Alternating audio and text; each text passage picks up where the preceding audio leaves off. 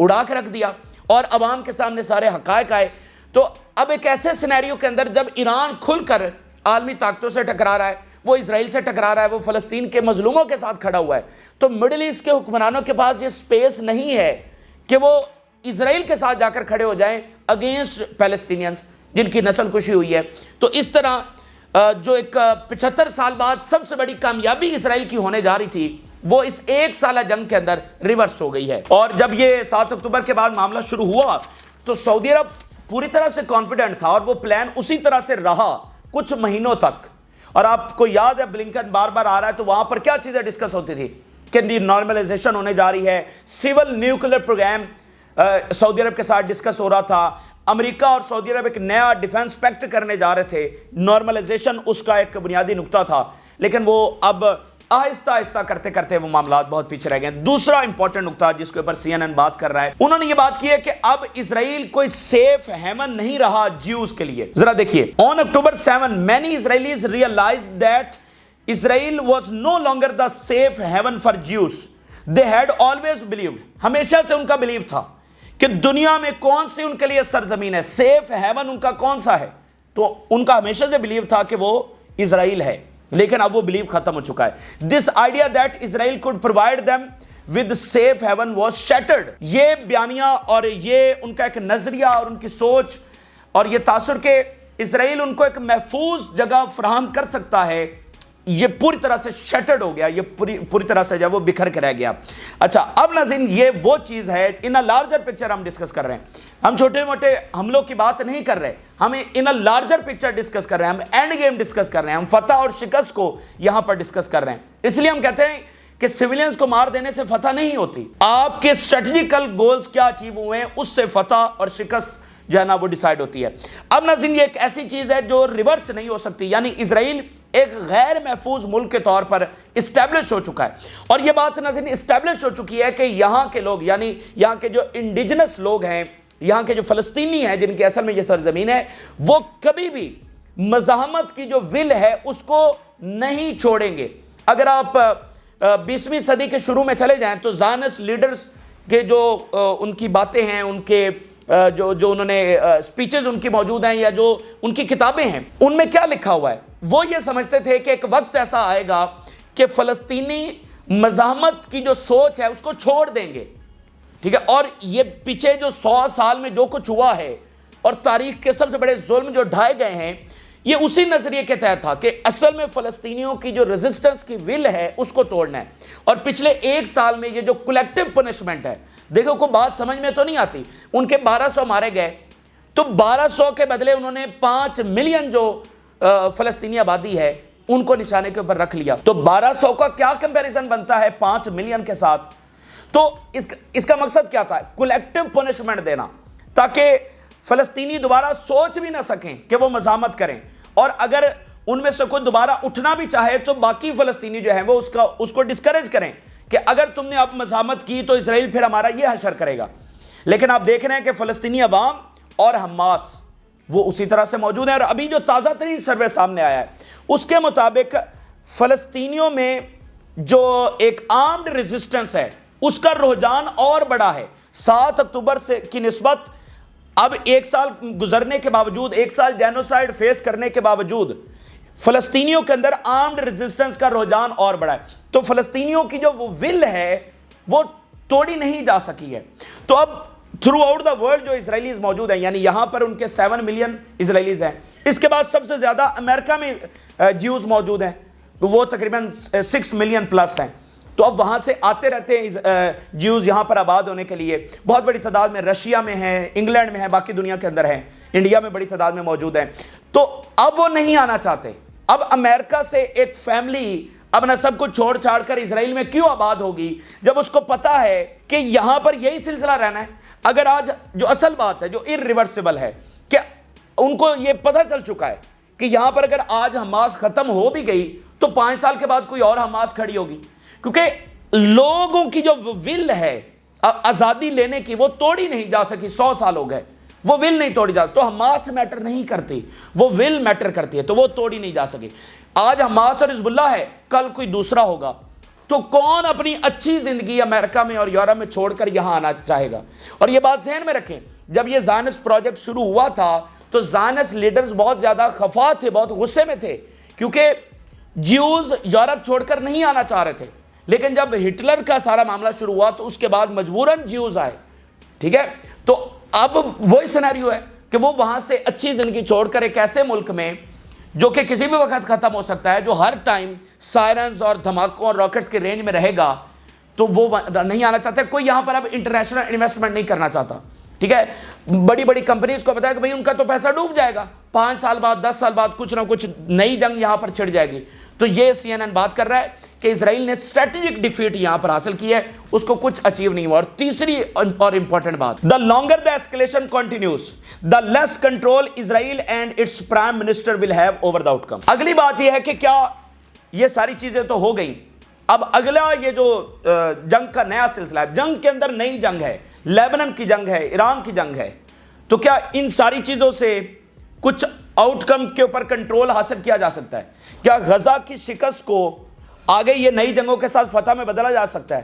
تو سی N N یہ کہہ رہا ہے کہ جتنی یہ ایسکیلیشن بڑھتی چلی جائے گی، جتنی یہ جنگ لمبی ہوتی چلی جائے گی، وہ سارا کا سارا اسرائیل کے خلاف ہی معاملہ جائے گا. اسرائیل کا فائدہ سمیٹنے میں ہے، جلد از جلد اس کو روکنے میں ہے، اور روکنے میں تھا جو 1 سال گزر گیا. اس کو یہ جنگ اتنی لمبی نہیں چلانی چاہیے تھی، اور اب بھی وہ جتنا آگے جائے گا اتنا وہ لوز کرتا چلا جائے گا. تو اس کی بومبنگ سے، اس کے جنگی تیاروں سے وہ اس کو فتح نہیں دلوا سکے. اور یہ بھی ذہن میں رکھیں، آپ کے سامنے ساؤتھ افریقہ کا کیس ہے، جو گورے وہاں پر قابض تھے، ان کے پاس بھی نیوکلیر تھا، یہ بات بھی ذہن میں رکھیں. ٹھیک ہے، تو ایک مثال موجود ہے. اور الجیریا میں فرانس کی ایسی کالونی ختم ہو چکی ہے. اور اگر آپ نیوکلیر کی بات کرتے ہیں تو نیوکلیر ساؤتھ افریقہ میں بھی موجود تھا. ٹھیک ہے، تو لیکن وہ ان کا پروجیکٹ جو ہے وہ ختم ہوا، تو یہ بھی ہوگا. اور وہاں پر تو اس طرح کا بھی معاملہ نہیں تھا کہ تمام اطراف سے گھرا ہو، تمام بارڈرز کے اوپر ایسے لوگ موجود ہوں، ایسی جنگجو تنظیمیں موجود ہیں جو اس کو ختم کرنی چاہتی ہیں، اور وہ بہت چھوٹا سا، تو ایسا معاملہ تو ان کا بھی نہیں تھا. تو یہ اس وقت اب نیا جو سروے اسرائیل میں آج تازہ ترین سامنے آیا ہے، 77% اسرائیلی یہ چاہتے ہیں کہ جلد از جلد جنگ ختم ہو، اور وہ اس بات کو زیادہ سمجھتے ہیں کہ قیدیوں کو واپس لانا چاہیے اور سیز فائر کرنا چاہیے، بجائے کہ ہم جنگ کو جو ہے ایسکیلیٹ کریں. 77% اسرائیلیز. اور حماس کے حوالے سے جو تازہ ترین رپورٹ سامنے آئی ہے کہ حماس کے پاس ابھی بھی وہ صلاحیت ہے، اور بہت بڑی تعداد میں راکٹس ان کے پاس ہیں. یعنی گراؤنڈ لیول پر تو وہ لڑ رہے ہیں، لیکن راکٹس بھی بہت بڑی تعداد میں ان کے پاس موجود ہیں. ذرا دیکھیے، اسرائیلی security services estimate confirm that Hamas still possess hundreds of rockets and seeks to restore production lines. ان کی پروڈکشن لائنز بھی موجود ہیں، اور اگر کہیں پر تباہ ہوئی ہیں تو وہ دوبارہ سے بلڈ کر سکتے ہیں، اور ان کے پاس بہت بڑی تعداد کے اندر راکٹس بھی موجود ہیں فائر کرنے کے لیے. ٹھیک ہے، تو یہ ان کی صلاحیتیں ابھی تک انٹیکٹ ہیں. ان کا کمانڈ سینٹر، ان کے کمانڈر یحییٰ سنور اور سارے کے سارے وہاں پر موجود ہیں. بلکہ ہم نے پچھلے مہینوں میں دیکھا کہ حماس کی پاور میں اس طرح سے اضافہ ہوا کہ مزید ہزاروں فائٹر جو ہے وہ بھرتی ہوئے. اب حزب اللہ کے حوالے سے ناظرین خبر یہ سامنے آ رہی ہے کہ بلسٹک میزائلوں کے ساتھ حزب اللہ نے حائفہ پر اٹیک کیا ہے. ہم پچھلے 24 گھنٹوں سے دیکھ رہے ہیں کہ حزب اللہ نے وہ اپنے جو بہت خطرناک ویپنز ہیں جو آج تک انہوں نے استعمال نہیں کیے، وہ استعمال کرنا جو ہے وہ شروع کر دیے ہیں. حزب اللہ بتا رہی ہے جی we targeted a group with ballistic missiles north of Haifa. اچھا، اب یہیں پر جو اگلی غیر معمولی خبر حزب اللہ ہی کے حوالے سے آ رہی ہے، اور یہ اسرائیل کے منہ کے اوپر تماچا ہے. اسرائیلی آرمی نے ابھی یہ ایڈمٹ کیا ہے کہ 100 اسرائیلی زخمی ہوئے ہیں گراؤنڈ آپریشن کرنے میں. ابھی اسرائیلی آرمی نے یہ مان لیا ہے کہ 100 اسرائیلی فوجی زخمی ہو چکے ہیں. تعداد اس سے بھی زیادہ ہے، لیکن وہ تو اتنی بھی نہیں مان رہے تھے. وہ تو کہہ رہے تھے ہمارے 15 کے قریب زخمی ہوئے ہیں، اور وہ بھی پہلی بار جب وہ جا رہے تھے اس وقت زخمی ہوئے. اب وہ اچانک 15 سے 100 کے اوپر آگے ہیں، تو اصل جو تعداد ہے وہ بھی جلد وہ مان جائیں گے. تو مجھے بتائیے، منگل کو یہ شروع ہوا اور پورا ہفتہ ہو چکا ہے، اس سے بڑی ذلت اور شکست اور عبرتناک ڈیفیٹ اور کیا ہوگی؟ اور اس سے بڑی ریزسٹنس کی جنگی صلاحیتیں اور بہادری کیا ہوگی کہ ایک ہفتے سے انہوں نے اسرائیل کی ہائیلی ٹرینڈ آرمی، سب سے ایلیٹ یونٹس، جس کو فضائیہ کی مدد حاصل ہے، جس کو سی آئی اے کی مدد حاصل ہے، جس کو برطانوی انٹیلیجنس کی مدد حاصل ہے، جس کو نیوی کی مدد حاصل ہے، وہ لیبنان کی ٹیریٹری کے اندر داخل تک نہیں ہو سکے، اور 100 فوجی ان کے زخمی ہو گئے. مرے کتنے ہیں وہ ابھی تک نہیں بتا رہے. ٹھیک ہے، اور درجنوں کی تعداد میں، یعنی یہ تقریباً 70 سے 80 اسرائیلی فوجیاں جو مارے گئے، اور لیکن 100 وہ کم سے کم اپنے زخمی مان رہے ہیں۔ تو دنیا میں شاید کبھی ایسا نہ ہوا ہو کہ اتنی بڑی پار وہ کسی ملک میں داخل ہونے، ابھی داخل بھی نہیں ہوئی، اور صرف داخل ہونے کے چکر میں 100 اپنے فوجیوں کا نقصان کروا بیٹھے جو صرف زخمی ہوئے ہیں، اور ان ایکچول وہ 200-300 لازمی ہیں، اور جو مارے گئے ہیں وہ 70-80 ان کی تعداد بن رہی ہے۔ جو نئے ناظرین سٹیٹ سامنے آئے ہیں، بہت سارے کنفیشن ہیں نا جو ہو رہے ہیں، مطلب بہت ساری رپورٹس ہیں وہ سامنے آ رہی ہیں۔ اس کے مطابق پورے سال کے اندر 19,000 اسرائیلی فوجی زخمی ہوئے ہیں۔ The number of wounded in Israel during a year of war exceeded 19,000۔ Israeli institute for national security studies کے ثبوت ہم آپ کے سامنے رکھ رہے ہیں۔ ایک سال کے اندر اب انہوں نے رپورٹ جاری کر دی ہے کہ 19,000 سے زیادہ ان کے فوجی زخمی ہو گئے ہیں، ٹھیک ہے۔ اور جو باقی ذرائع بتاتے ہیں، مغربی میڈیا میں بہت ساری رپورٹ شائع ہو چکی ہیں، وہ 50,000 سے زیادہ تعداد بتاتے ہیں۔ لیکن چلے چھوڑ دیں آپ 50,000 کو، اب اسرائیل کا اپنا ایک ادارہ 19,000 سے زیادہ فوجیوں کو ان زخمی ہونے کو مان رہا ہے، ٹھیک ہے۔ تو اس سے بڑا اور نقصان کیا ہوگا کہ سی این این کی جو 3 ہیڈ لائنز ہم نے آپ کے سامنے رکھی، ان لارجر پکچر کیا تباہی ہوئی ہے، اور انفراسٹرکچر جس طرح سے تباہ ہوا، جو بزنسز تباہ ہوئے، اور جانی نقصان کی اگر ہم بات کریں تو اتنا بڑا ان کا جانی نقصان بھی ہو چکا ہے۔ اسی لیے تو ان کے ریزروز بھاگ رہے ہیں، نئی فوج بن نہیں رہی، اور پوری 6 لاکھ کی فوج وہ تتر بتر ہو چکی ہے۔ وہ اس کے پیچھے وجہ صرف یہی ہے کہ ہلاکتیں اور زخمی بہت بڑی تعداد کے اندر ہوئے، اور جو 10 لاکھ اسرائیلی بیرون ملک بھاگے ہیں وہ بھی تو اصل میں فوج ہی تھے، ان میں سے کتنے ریزرو سولجرز تھے جو بیرون ملک جو ہے وہ فرار ہو گئے۔ اچھا، اب ناظرین اسرائیل کے اندر کی اس وقت کیا صورتحال ہے اور وہاں پر کیا چیزیں ہو رہی ہیں، اور ایران کے حملے کے حوالے سے ایک تو پہلی خبر یہ ہے کہ سینٹ کام کے جو چیف ہیں وہ پہنچے ہوئے ہیں، کمانڈر، اور وہاں پر جو خبر آ رہی ہے سچویشنل اسسمنٹ میٹنگ ہوئی ہے۔ U S CENTCOM chief hold talks on Iran Lebanon with Israeli army. Situational assessment اس کو کہا جا رہا ہے ریگارڈنگ ناردرن فرنٹ اور ایران پر حملے کے حوالے سے، اور ابھی چونکہ ہزاروں نئی فوج بلائی گئی ہے تو ابھی وہ اسٹریٹجی ڈسکس کر رہے ہیں کہ کیا کرنا ہے۔ ابھی تو اسرائیل اپنی ناکامی کو بمباری میں چھپا رہا ہے، لیکن کب تک چھپائے گا؟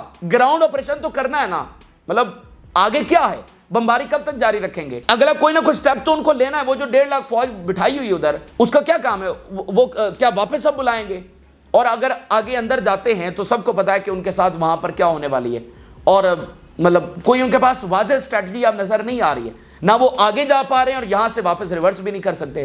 تو وہ چیزیں جو وہاں پر ڈسکس ہو رہی ہیں۔ اب جہاں پر ناظرین ایران کا معاملہ ہے تو ایک تو پرماننٹ ہائی الرٹ ہے، مطلب ایران پر حملہ ہوگا یہ سب جانتے ہیں، لیکن کب ہوگا، کس سکیل کا ہوگا، نیوکلیر سائٹس اور فلانا وہ ساری چیزیں ابھی انڈر ڈسکشن ہے، اور ایسٹیمیٹس جو ہے وہ لگائے جا رہے ہیں۔ اصل میں کافی غیر یقینی والی صورتحال ہو گئی ہے جو یہ دن گزر رہا ہے۔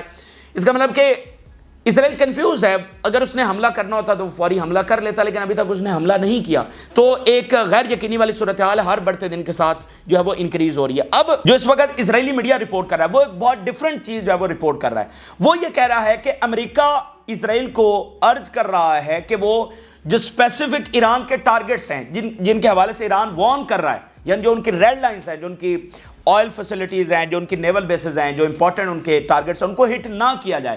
یہ امریکی میڈیا رپورٹ کر رہا ہے کہ امریکہ اسرائیل کو یہ بات کنوے کر رہا ہے۔ اب کن بنیادوں کے اوپر وہ یہ بات کنوے کر رہا ہے، اس کی 2 بنیادی وجوہات امریکہ کی جانب سے بتائی جا رہی ہیں، امریکی میڈیا کی جانب سے۔ وہ یہ ہیں کہ پہلی وجہ یہ کہ ابھی جو تازہ ترین ایران نے حملہ کیا ہے اس میں ایران کے غیر معمولی صلاحیت دنیا کے سامنے آئی ہے، امریکہ کے سامنے آئی ہے۔ امریکہ بھی موجود تھا، برطانیہ بھی تھا، اور اسرائیل کا جدید ترین ایئر ڈیفنس بھی تھا۔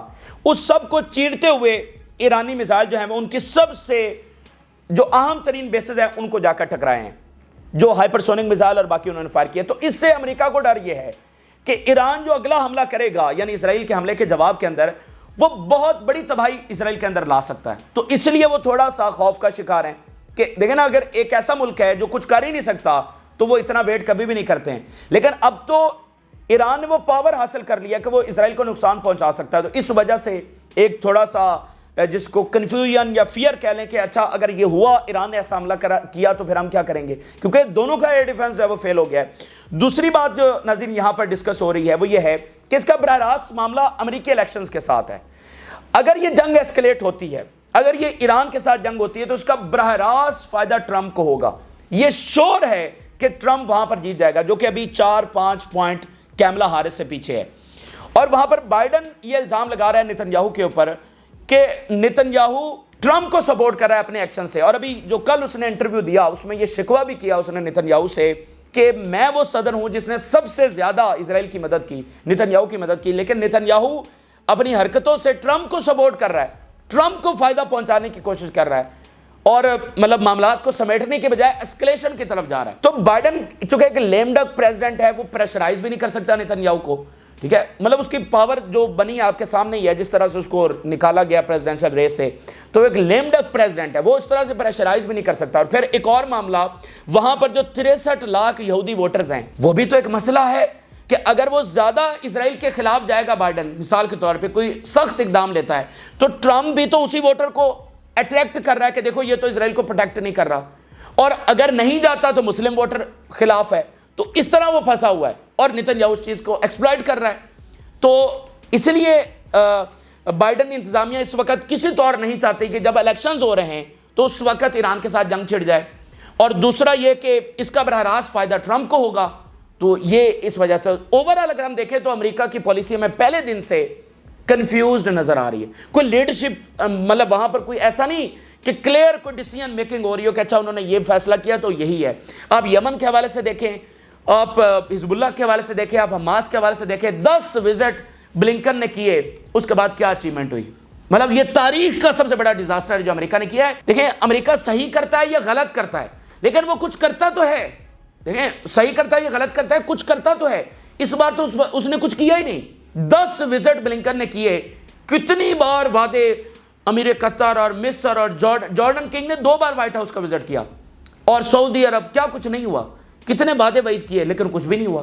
تو کچھ ہونا تو چاہیے تھا، مطلب ایک لیڈرشپ ہوتی ہے نا کہ آپ سپر پاور ہیں تو آپ کچھ کرتے ہیں، چلو غلط کرتے ہیں صحیح کرتے ہیں، لیکن آپ کا ایک دبدبہ اور آپ کا ایک ڈیسیژن میکنگ تو ہوتی ہے۔ لیکن ہمیں پہلے دن سے امریکہ کی جو پالیسی ہے وہ بہت کنفیوز نظر آ رہی ہے، وہاں پر جو ڈیپ سٹیٹ ہے وہ واضح طور پر ہمیں فیصلے کرتے ہوئے نظر آ رہی ہے۔ بہرحال اب ناظرین، نتنیاہو کے حوالے سے خبر آ رہی ہے کہ اہم ترین میٹنگ اس کی بھی جاری ہے، اور نتنیاہو نے آج کہا کہ اس وار کو وار آف ریسوریکشن جو ہے نا، آئرن سورڈ پہلے اس وار کا نام ہے، اور اب وہ کہہ رہے ہیں وار آف ریسوریکشن جو ہے وہ اس کو تبدیل کر دیا جائے۔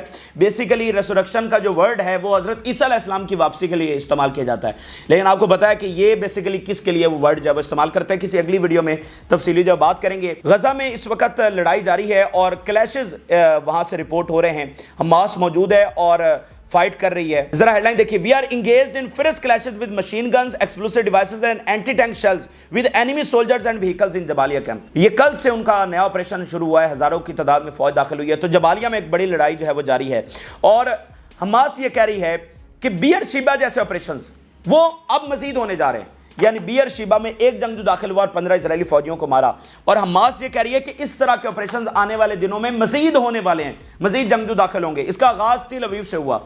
تو یہ اس وقت کی تفصیلات ہیں، یہ تازہ ترین اپڈیٹس ہیں جو آپ کے ساتھ شیئر کی ہیں۔ آپ نے رعایت ضرور آگاہ کریں، جن لوگوں نے چینل کو سبسکرائب نہیں کیا ان سے ریکویسٹ کریں گے کہ چینل کو ضرور سبسکرائب کر لیں تاکہ ہر آنے والی ویڈیو آپ تک پہنچ سکے۔ اجازت دیجیے، اللہ حافظ۔